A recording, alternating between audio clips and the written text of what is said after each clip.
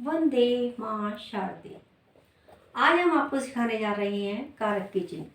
देखिए, कारक के चिन्ह एक कविता की तरह आप लोग याद करिएगा। जैसे छोटे बच्चे कविता याद करते हैं, ठीक इसी तरह याद कीजिए।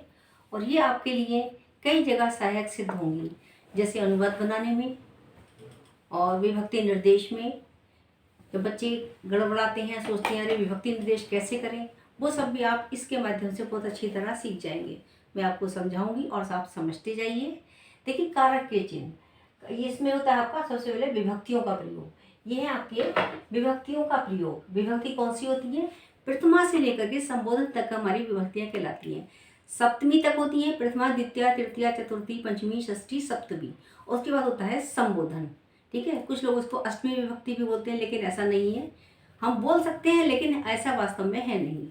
हमें क्या करना है, इसमें प्रथमा से लेकर सप्तमी विभक्ति तक करना है और आपका संबोधन शब्द भी सीखना है। संबोधन से भी हमें सीखना है, क्योंकि संबोधन की आवश्यकता हमें अनुवाद बनाने में पड़ जाती है। सबसे पहले हम देखेंगे विभक्ति, प्रथमा विभक्ति। प्रथमा विभक्ति का जो कारक है, जो काम का करने वाला है, वो क्या है? कर्ता है। ठीक है, प्रथमा विभक्ति क्या है? कर्ता। और इसका चिन्ह क्या है? ने। देखिए, चिन्ह शब्द ये लिखा हुआ है आपके सामने।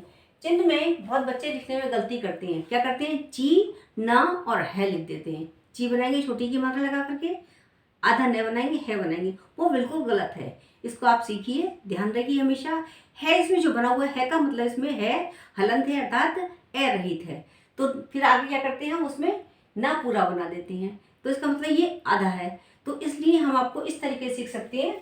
च पे छोटी की मात्रा ची और है में ही हमने आपका न बना दिया। ये शब्द है आपका चिन्ह। प्रथमा व्यक्ति, प्रथमा का जो कारक है वो क्या? हमारा कर्ता कारक। उसका चिन्ह क्या है? ने। यानी प्रथमा में क्या किया हमने? कर्ता ने। द्वितीया में कर्म को।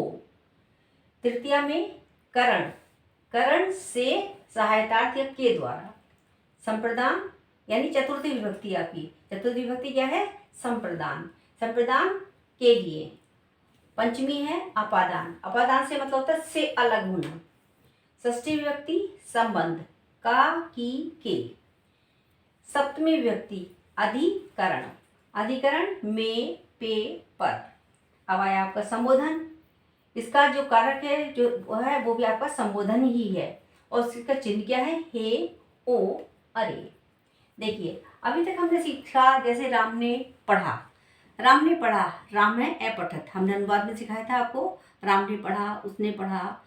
ठीक है, तो ये आपका भूतकाल की क्रिया हमने आपको सिखाई थी इसमें लगानी, आपके सब्जेक्ट के अनुसार यानी कर्ता के अनुसार। अब हमारा कर्ता है, कर्ता ने क्या काम किया, तो उसको हम किससे सीखेंगे? हम कर्म को। तो विभक्ति हमारी लगेगी द्वितीय विभक्ति। उदाहरण के लिए आप समझिए कि जैसे राम ने पढ़ा, ये राम ने पढ़ा, क्या पढ़ा? राम ने पुस्तक पढ़ी। अब पुस्तक को चिन्ह कहाँ पर आया है हमारा? देखिए, द्वितीय विभक्ति में यानी कर्म कारक में। द्वितीय विभक्ति कर्म कारक में को चिन्ह आया है। तो पुस्तक को पढ़ा या पुस्तक को पढ़ी, एक ही बात है। रामे पुस्तकम अपठत। तो इस तरीके से हम चिन्हों का प्रयोग करेंगे। इसी तरीके से हमारा तीसरी विभक्ति है करण। करण का चिन्ह से सहायतार्थ के द्वारा। देखिए, अब आपको दोनों का अंतर में आपको समझाऊंगी। करण में भी से है और अपादान में भी से है। करण का से किस तरीके से होगा? से सहायता के द्वारा। जैसे मैं कलम से लिखता हूँ, अहम कलमेन लिखामी, मैं कलम से लिखता हूँ।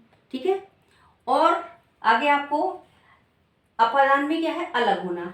जैसे मान लीजिए मेरे हाथ से कलम छूटकर नीचे गिर गया, या पत्ते वृक्ष से गिरते हैं, तो वृक्ष से गिरना, वहां भी से है, यहाँ भी से है, तो क्या हुआ? अलग होना। अलग होने के लिए हम पंचमी विभक्ति का प्रयोग करेंगे। ठीक है, जहां हम सहायतार्थ कोई काम कर रहे हैं, जैसे मैं कलम से लिखता हूँ, रजिया गुड़ियों से खेलती है, तो वहां क्या हुआ? से आपका करण आएगा। और जहां अलग होना होगा वहां पर आएगा आपका फ्रॉम, यानी कि से अलग होना यानी अपादान, पंचमी विभक्ति आएगी। और वही इंग्लिश में आप अंदर इसका समझ सकते हैं। देखिए, यहाँ पर आएगा आई राइट विद ए पेन, मैं एक पेन से लिखता हूँ। ठीक है, और जैसे मान लीजिए अभी आपको इंग्लिश में एग्जाम्पल हम देंगे कि जैसे मान लीजिए the cat fell down from the table, यानी बिल्ली टेबल से नीचे गिर गई, यानी अलग हो गई वहां से, तो क्या लाएंगे? वहां पे हम फ्रॉम का प्रयोग करते हैं।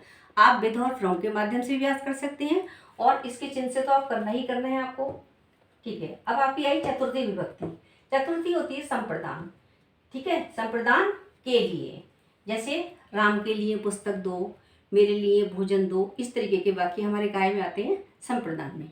इन सब का हम आपको अलग अलग विभक्ति में अनुवाद करना भी सिखाएंगे। पंचमी विभक्ति, इसको हमने इसके साथ समझाया था, एक बार फिर से समझ लीजिए। पंचमी विभक्ति अपादान, अपादान से अलग होना, कोई चीज़ अलग हो जाना, न्यारा हो जाना, इस तरीके से। षष्ठी विभक्ति संबंध का, की, के, ठीक है। जैसे राम की पुस्तक, मोहन की गाय, सीता की माताजी।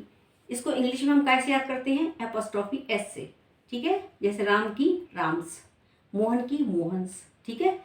और संस्कृत में हमें षष्ठी विभक्ति आएगी यहाँ पे। षष्ठी विभक्ति में हमारा आता है, जैसे राम शब्द है, राम का हमारा एक वचन बनेगा रामस्य, ठीक है। तो षष्ठी विभक्ति में वो हम कैसे बताएंगे आपको, कैसे याद कराएंगे? वो हम कराएंगे आपको रूपों के माध्यम से, जो शब्द रूप होते हैं। कल वो भी बताएंगे आपको, आगे आने वाली ये जो वीडियो बनाएंगे उसमें आपको इसका भी अंतर भी बताएंगे और इसको समझाएंगे भी। अगली विभक्ति आपकी सप्तमी विभक्ति, यानी अधिकरण। अधिकरण में, पे, पर, ठीक है। मेज पर पुस्तक रखी है, मेज पर ये पॉइंटर रखा है, मेज पर एक कप रखा है, ये प्याला रखा है, एनीथिंग, या कोई भी और चीज़ रखी है, तो मेज में, पे, पर, ठीक है। तो उसमें कौन सी विभक्ति आती है हमारी? सप्तमी विभक्ति, यानी कि अधिकरण। संबोधन, किसी को हम संबोधन करें, जैसे संबोधित करके क्या कहते हैं? हे, ओ, अरे, ये हम संबोधित करके कहते हैं। और उसमें हम संबोधन चिन्ह भी लगाते हैं, विस्मयबोधक चिन्ह लगाते हैं, ठीक है। इंग्लिश में बोलते हैं हम साइन ऑफ एक्सक्लेमेशन,